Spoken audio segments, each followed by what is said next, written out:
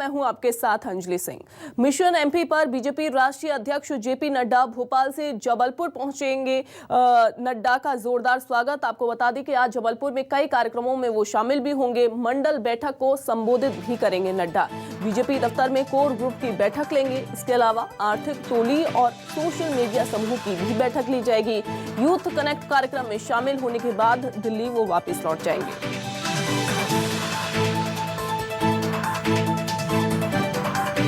तो मंडल और BJP core group की बैठक ली जाएगी। आर्थिक टोली और सोशल मीडिया समूह की भी बैठक ली जाएगी। तो बैठक आज होनी है और आपको बताएं कि यूथ कनेक्ट कार्यक्रम में भी शामिल होंगे जेपी नड्डा और उसके बाद फिर दिल्ली वापसी लौट जाएंगे। जी हां, बड़ी खबर आपको बता रहे हैं। भोपाल से जबलपुर पहुंचेंगे नड्डा और वहां पर जोरदार स्वागत भी उनका हुआ। जबलपुर में कई कार्यक्रमों में शामिल होंगे। जोरदार स्वागत जो है वो वहां पर किया जाएगा। मंडल और बीजेपी कोर ग्रुप की बैठक भी लेंगे। तो बड़ी खबर आपको बता रहे हैं। इसके अलावा कई कार्यक्रम ऐसे हैं जिसमें वो शामिल होने वाले हैं। आर्थिक टोली और सोशल मीडिया समूह की भी बैठक होगी। अमृतांशी हमारे साथ जुड़ गई हैं। अमृतांशी, जेपी नड्डा के दौरे का आज दूसरा दिन है।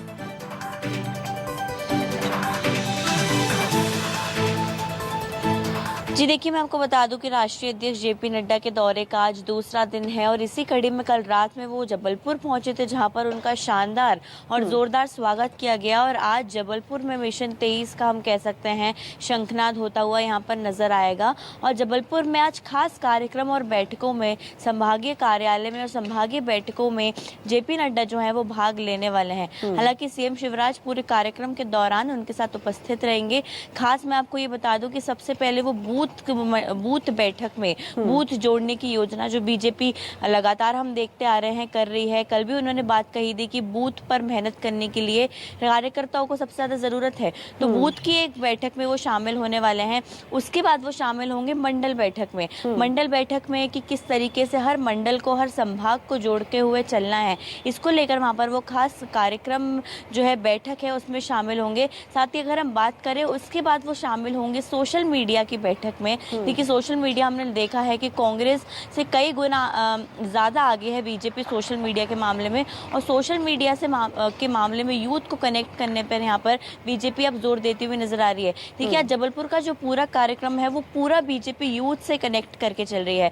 कल बीजेपी ने कार्यकर्ताओं से कनेक्शन किया, आज वो यूथ से कनेक्शन करेगी। इसी कड़ी में सोशल मीडिया की बैठक में वो शामिल होंगे। इसके बाद कोर कमेटी सदस्य जो है, जो बीजेपी के हम कह सकते हैं वरिष्ठ और बड़े नेता हम जो कह सकते हैं, कोर कमेटी की जो सदस्य की बैठक है उसमें भी वो शामिल होने वाले हैं। तो आज पूरे दिन बैठकों का दौर चलेगा और यहाँ पर खास रणनीति 23 की बनेगी। उसके बाद शाम को अगर हम बात करें तो यूथ कनेक्ट कार्यक्रम में जेपी नड्डा, जो कि आज का सबसे खास कार्यक्रम जबलपुर में होने वाला है, जिसमें बड़ी संख्या में युवा कार्यकर्ता युवकों के पहुंचने की संभावना है हम कह सकते हैं। वहां पर यूथ कनेक्ट कार्यक्रम में जो जेपी नड्डा है खास कार्यक्रम में शिरकत करेंगे, जो कि शाम को 4 बजे शुरू होगा। कल भी हमने देखा कि जीत का मंत्र जो है जो जेपी नड्डा की तरफ से दिया गया, वहीं दूसरी तरफ यूथ कनेक्ट कार्यक्रम जो होने जा रहा है उसमें जो शामिल होंगे जेपी नड्डा, उसमें क्या मंत्र दिया जा सकता है? ये मानकर चलें कि आने वाले समय में अब यूथ को किस तरीके से मोटिवेट करना है वो अब बीजेपी का मकसद रह गया है।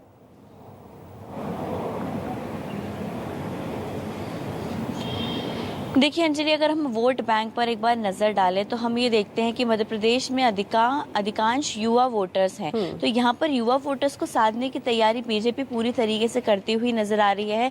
जहाँ कल कार्यकर्ताओं को जीत का संदेश यहाँ से जेपी नड्डा देके गए हैं कि किस तरीके से 23 की तैयारी में अभी से कार्यकर्ताओं को जुटना जरूरी है। और उन्होंने एक और चीज यहाँ पर साफ कर दी कि कार्यकर्ताओं को ही बीजेपी पार्टी में आगे बढ़ाया जाएगा। तो आज युवाओं से जो है संवाद करेंगे जेपी नड्डा। और खास चीज हमें ये देखने के लिए मिलेगी कि युवा जो बीजेपी को उन्होंने कहा एक नीति की तरह मानते हैं, एक विचारधारा की तरह मानते हैं। तो उस नीति और विचारधारा को युवाओं में गढ़ित करने के लिए आज जेपी नड्डा खुद पहुंच रहे हैं।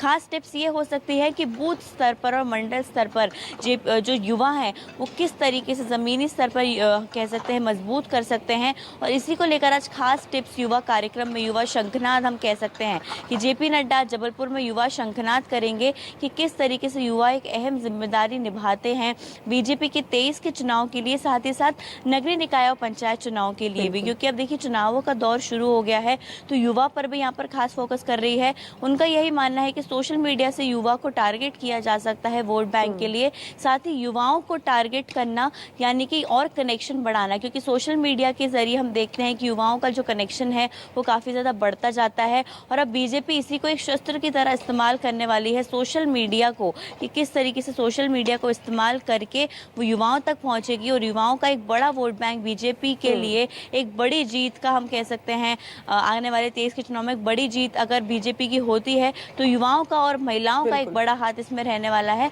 तो आज इसी कड़ी में युवाओं को लेकर यहाँ पर जो कार्यक्रम होने वाला है, बड़ी चीज़ है, इसमें बड़े टिप्स जेपी नड्डा देते हुए नजर आएंगे। जी बिल्कुल बिल्कुल अमृतांशी, नजर आप बना के रखिएगा, फिलहाल आप बने रहिए हमारे साथ। भोपाल से इस वक्त की एक बड़ी खबर, एमपी निर्वाचन आयोग ने चुनाव की तैयारियों की समीक्षा की। कलेक्टर और एसपी को आचार संहिता लागू करने के निर्देश दिए। कलेक्टर और एसपी को एक साथ भ्रमण करने के भी निर्देश दिए। कंट्रोल रूम शिकायत निवारण सेल की स्थापना करने के निर्देश दिए गए। निर्वाचन की महत्वपूर्ण घटनाओं की वीडियोग्राफी जरूर करें, ये उनकी तरफ से कहा गया है। अवैध शराब जब्ती की कार्रवाई प्रभावी ढंग से करें, निर्वाचन आयोग की तरफ से कहा गया है। तो कंट्रोल रूम शिकायत निवारण सेल की स्थापना करने के निर्देश दिए गए हैं। इसके अलावा तैयारियों की समीक्षा जो है निर्वाचन आयुक्त ने की है।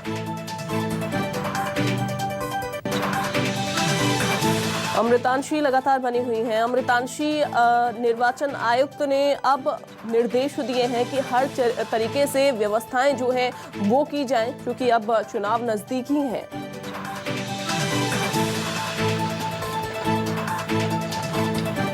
देखिए, मध्य प्रदेश में कल चुनाव की तारीखों के ऐलान होने के बाद अब हम कह सकते हैं कि नगर के इलाकों में भी आचार संहिता लागू हो चुकी है। और खास बात मैं आपको ये बता दूं कि कलेक्टर जो हैं उनके जिम्मेदारी पर अब 2 चुनाव हैं, क्योंकि पंचायत चुनाव और नगरीय निकाय चुनाव दोनों एक साथ संपन्न करवाए जाएंगे। हालांकि जो निर्वाचन आयोग है उनका ये कहना है कि ज़्यादा लंबी आचार संहिता ना खिंचे, इसलिए दोनों ही चुनाव जल्दी संपन्न करवाए जाएंगे। इसलिए 18 जुलाई तक जो आचार संहिता है वो संपन्न हो जाएगी। अब देखिए, खास बात यह है कि एक साथ जो चुनाव पड़ रहे हैं इसमें एसपी और कलेक्टर को भी खास निर्देश दिए गए हैं कि वो अभी से जाकर शहरों का, निकायों का भ्रमण करना शुरू कर दें और क्या कुछ खास तैयारियां हैं सुरक्षा के पुख्ता इंतजामों को लेकर, मानसून को लेकर, यहाँ पर उन्होंने निर्देश दिए हैं कि वो शहरों में जाएं, भ्रमण करें और वहाँ की स्थिति देखें। देखिए, कल ही जो बीपी सिंह है जो कि निर्वाचन आयुक्त हैं, उन्होंने ये बात कही है कि हर शहर में पंचायतों के चुनाव के लिए और नगरीय निकाय चुनाव के लिए कंट्रोल रूम बनाया जाएगा, जहां से पूरी तरीके से नजर रखी जाएगी कि किस तरीके से काम चल रहा है। साथ ही उन्होंने हम कह सकते हैं निकायों में और शहरों में भी पुलिस कंट्रोल रूम बनाने के निर्देश दिए हैं कि अगर चुनावों के पहले कोई ऐसी स्थिति आती है तो पुलिस के अंडर कंट्रोल में वो स्थिति रहे। उन्होंने इसको लेकर कल बैठक बुलाई थी, जहाँ पर उन्होंने डीजी होम से बात करी, एसीएस से बात करी और सुरक्षा के पुख्ता इंतजामों की बात करी। साथ ही उन्होंने एक और बात कही है कि जो जगह है जहाँ पर धारा 144 लगी हुई है, वहाँ पर खास प्रबंधन किए जाएं सुरक्षा को लेकर। हालांकि पुलिसकर्मी तैनात रहेंगे हर मतदान केंद्र पर, लेकिन चुनावों के पहले की समीक्षा भी काफ़ी ज़्यादा ज़रूरी है। इसको लेकर निर्वाचन आयोग ने यहाँ पर निर्देश दिए हैं। खास बात और ये भी है कि जो हम कह सकते हैं नामांकन पत्र जो दाखिल करने का सिलसिला रहेगा वो ऑफलाइन और ऑनलाइन दोनों ही मोड में इस बार जारी रहेगा। हालांकि उन्होंने ये भी कहा है कि रिटेनिंग ऑफिसर जो रहेंगे वो सभी जगह उपलब्ध रहेंगे, सभी जिलों में, सभी निकायों में, और वहाँ रिटेनिंग ऑफिसर को अगर आप ऑनलाइन अपना फॉर्म भर के दे रहे हैं तो आपको हार्ड कॉपी आकर भी देनी पड़ेगी। तो कई ऐसे निर्देश जारी यहाँ पर राज्य निर्वाचन आयोग ने किए हैं, क्योंकि कंट्रोल रूम बनाना है ऐसी जगहों पर जहाँ पर हमने देखा कि बीते दिनों एक ऐप भी लॉन्च किया गया, और क्या ऐप के जरिए यहाँ पर हर तरीके से व्यवस्थाएं दुरुस्त की जा सकती हैं। हालांकि ऐप में ये जरूर कहा गया है कि मतदाता सूची की जो लिस्ट है वो उसमें देखी जा सकेगी, अन्य जो मतदाता कर्मी हैं वो उसमें बहुत सारी चीजें जो हैं वो देख सकते हैं। लेकिन क्या इससे जुड़ी हुई तैयारियां जो चल रही हैं चुनाव से जुड़ी हुई, क्या उस पर देखी जा सकती हैं कि कैसे वहां पर सारी चीजें ढंग से चल रही हैं या नहीं चल रही हैं, अपडेटेड हैं सारी चीजें या नहीं हैं?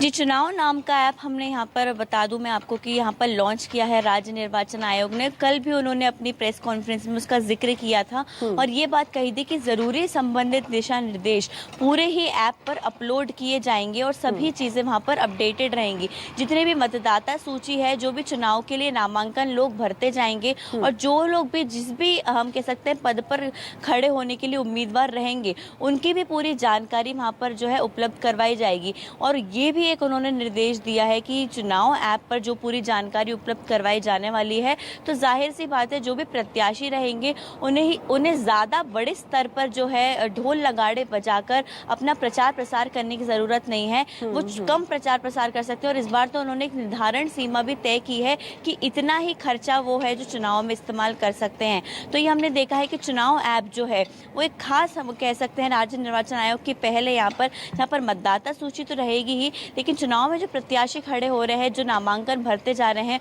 उनकी भी पूरी जानकारी रहेगी। तो मतदाताओं के लिए ये कि काफी सुविधाजनक पहल है कि उनको ये पता रहेगा कि किसके लिए वो वोट डालने जा रहे हैं। तो मतदाताओं के लिए तो एक सुविधाजनक पहल है ही, लेकिन राज्य निर्वाचन आयोग के लिए भी एक ये पहल है क्योंकि संबंधित दिशा निर्देश आचार संहिता को लेकर और अन्य चीजों को लेकर कि कहाँ पर क्या कुछ कंट्रोल रूम रहेगा, किस जगह पर कौन सा कंट्रोल रूम रहेगा, इस तरीके की पूरी इंफॉर्मेशन जो है वो चुनाव ऐप पर रहेगी। तो मतदाताओं के लिए और जो हम कह सकते यानी हैं कि जो एक तो ऑफिसर, कर्मचारी समीक्षा जो है तैयारियों की गई अमृतांशी, वहीं दूसरी तरफ मोबाइल जो ये ऐप लॉन्च किया गया है चुनावी ऐप, वो काफी ज्यादा फायदेमंद इस बार रहने वाला है। बहुत शुक्रिया अमृतांशी आपका। मध्य प्रदेश में पंचायत चुनाव की घोषणा के बाद बुधवार को नगरीय निकाय चुनाव की तारीखों का ऐलान हो गया। चुनाव 2 चरणों में होंगे। पहला चरण 6 जुलाई और दूसरा चरण 13 जुलाई को होगा। पहले चरण के नतीजे 17 जुलाई और दूसरे चरण के नतीजे 18 जुलाई को घोषित किए जाएंगे। चुनाव की तारीखों का ऐलान होते ही आचार संहिता लागू हो गई है। भोपाल, इंदौर, ग्वालियर और जबलपुर में पहले चरण में चुनाव होगा, यानी यहाँ 6 जुलाई को वोटिंग होगी। राज्य निर्वाचन आयुक्त बीपी सिंह ने बुधवार को प्रेस कॉन्फ्रेंस में ये जानकारी दी। 2 चरण में होंगे नगरीय निकाय के मतदान। पहले चरण का चुनाव 6 जुलाई को होने जा रहा है। 6 जुलाई को पहले चरण का, वहीं दूसरे चरण का जो मतदान होगा वो 13 जुलाई को होगा। पहले चरण के परिणाम 17 जुलाई को आ जाएंगे और दूसरे चरण के परिणाम जो हैं वो 18 जुलाई को आएंगे। सुबह 7 बजे से शाम 5 बजे तक ही मतदान होगा। एक चरण में 11 जिलों का चुनाव संपन्न होगा, वहीं दूसरे चरण में बाकी 38 जिलों में चुनाव होंगे और चुनाव संपन्न होगा। पहले चरण में 133 नगरीय निकाय में चुनाव होगा। इसके अलावा दूसरे चरण में 214 नगरीय निकाय में मतदान होने जा रहा है। तो पहले चरण में 11 नगर पालिका निगम में चुनाव होगा। इसके अलावा आपको ये भी बताएं कि पहले चरण में 36 नगर पालिका परिषद में वोटिंग होगी। पहले चरण में 169 नगर परिषद में वोटिंग होगी, वहीं दूसरे चरण में 5 नगर पालिका निगम में चुनाव होगा। तो दूसरे चरण में 40 नगर पालिका परिषद में चुनाव होगा और दूसरे चरण में 169 नगर परिषद में मतदान होगा। ईवीएम से नगरीय निकाय के मतदान होंगे। इसके अलावा आपको बताएं कि नगरीय निकाय में नोटा को भी विकल्प रहेगा। तो मतदान किस हिसाब से होना है, कैसे कैसे मतदान होना है, वो आपको बताया। पंचायत चुनाव की घोषणा के साथ ही गांव में राजनीतिक सरगर्मियां भी अब तेज हो गई हैं। ग्रामों की चौपाल पर चुनावी चर्चाएं होने लगी हैं और इस बार लोग कैसा प्रत्याशी चुनना चाहते हैं। न्यूज़ 24 मध्य प्रदेश और छत्तीसगढ़ ने दतिया के दुर्गापुर गांव पहुंचकर मतदाताओं का मूड जानने की कोशिश की है।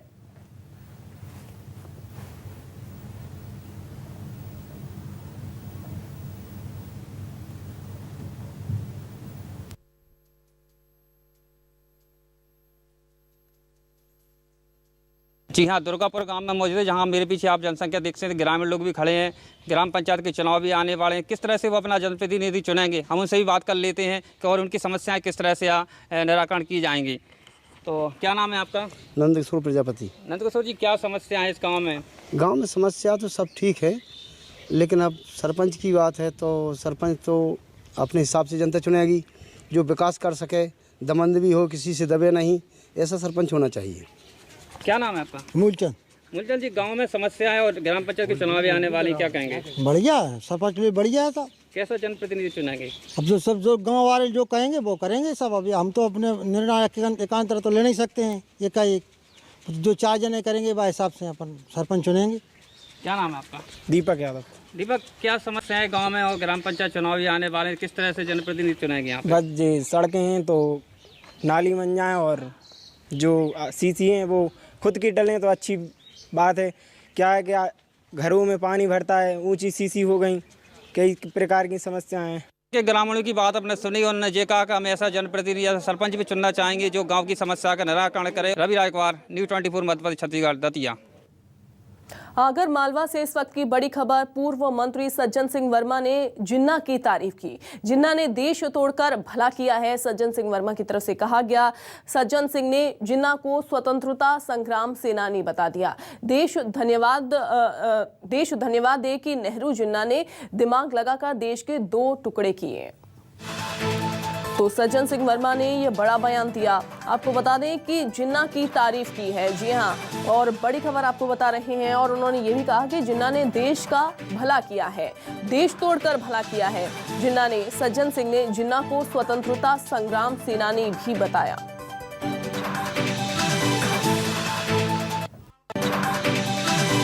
ये तो धन्यवाद दे देश की नेहरू और जिन्ना ने अकल से 2 टुकड़े किए देश के कि मुसलमान भाई यदि आपको पाकिस्तान जाना है आप मेहरबानी करके चले जाए, हिंदू भाई यदि आपको हिंदुस्तान में रहना तो आप हिंदुस्तान में रहो। ये अकल का काम करो। क्या स्वतंत्रता के संग्राम में इनकी हिस्सेदारी थी या नहीं थी, ये मुझे पत्रकार भाई बता दो। क्या जिन्ना की हिस्सेदारी, क्या स्वतंत्रता संग्राम सेनानी थे कि नहीं थे? उसी पॉइंट पे आके देश थोड़ा उसने तो भला किया। अरे भला किया उसने तो। यदि ये डराते हैं कि भाई मुसलमान बहुत बढ़ रहा है, उसी पॉइंट को तो मैंने आपको क्लियर किया कि पढ़े लिखे व्यक्ति के दिमाग में भी कि देश तोड़ दिया। अबे तुम्हें खड़े रहने की जगह दी मोहन भागवत और मोदी। यदि ये सारे के सारे यहाँ होते तो तुम पता नहीं कहाँ होते। तो मेरा कहना जो स्वतंत्रता संग्राम सेनानी है, क्या उसको हिंदू और मुसलमान होने से क्या स्वतंत्रता संग्राम की परिभाषाएं बदल गई? यही तो सिखा रही है आरएसएस और बीजेपी। ग्वालियर में एक शख्स ने बेजुबान जानवर को पीट कर मार डाला। लोगों ने जब मना किया तो पेशे से शिक्षक ये शख्स उल्टा लोगों के ऊपर ही रौब झाड़ने लगा। पिटाई से जख्मी कुत्ते को जब लोग अस्पताल ले जाना चाहे तो उसने लोगों पर बंदूक तान दी, जिसके बाद कुत्ते की दर्दनाक मौत हो गई। पूरा मामला जनकगंज इलाके के गोल पहाड़िया का है, जहां कुत्ते के भौंकने और घर के बाहर टॉयलेट करने से नाराज शिक्षक हैवान बन गया। पशु प्रेमियों ने आरोपी के खिलाफ कड़ी कार्रवाई की मांग की है। माता दिन गुर्जर, ये इनके घर के बाहर एक डॉग रोज आके भौंकता था, जो इनको पसंद नहीं आया और इन्होंने एक दिन अभी लठ उठाई और इन्होंने उसको मारना चालू कर दिया। उसके बीच बचाव में जब इनके पड़ोसी आए और लोग आए तो ये अपनी अंदर से बंदूक निकाला और उनको धमकी देने लगे कि तुम चले जाओ। वो डॉग वहीं तड़प तड़प के मर गया, जिसकी सूचना 2 एनजीओ वालों को लगी, एक नम्रता सक्सेना, दूसरे आकाश बंसल। इन्होंने मौका वारदात पे जाके वहाँ पे उसकी एफआईआर दर्ज कराई। एनिमल फाउंडेशन वाले ने आकर शिकायत की है कि गोल पहाड़िया क्षेत्र में नवग्रह कॉलोनी के पास में कुत्ते को जो स्ट्रीट डॉग कहलाते हैं उनको बेरहमी से मार पीट कर उसकी हत्या कर दी, जो कि मर गया था। इसकी सूचना पर हमने अपराध पंजीबद्ध किया है और विवेचना में लिया। दीनदयाल अंत्योदय योजना के तहत देश के ग्रामीण और शहरी क्षेत्रों के गरीबों को रोजगार मुहैया कराने के नाम पर जमकर गड़बड़ी की जा रही है। ताजा मामला कटनी का है, जहां कौशल विकास और आजीविका के अवसरों में वृद्धि कर गरीब लोगों को रोजगार के अवसर प्रदान करने के नाम पर सरकारी नुमाइंदे खुद ही ये योजना में पलीता लगा रहे हैं। ये रिपोर्ट देखिए।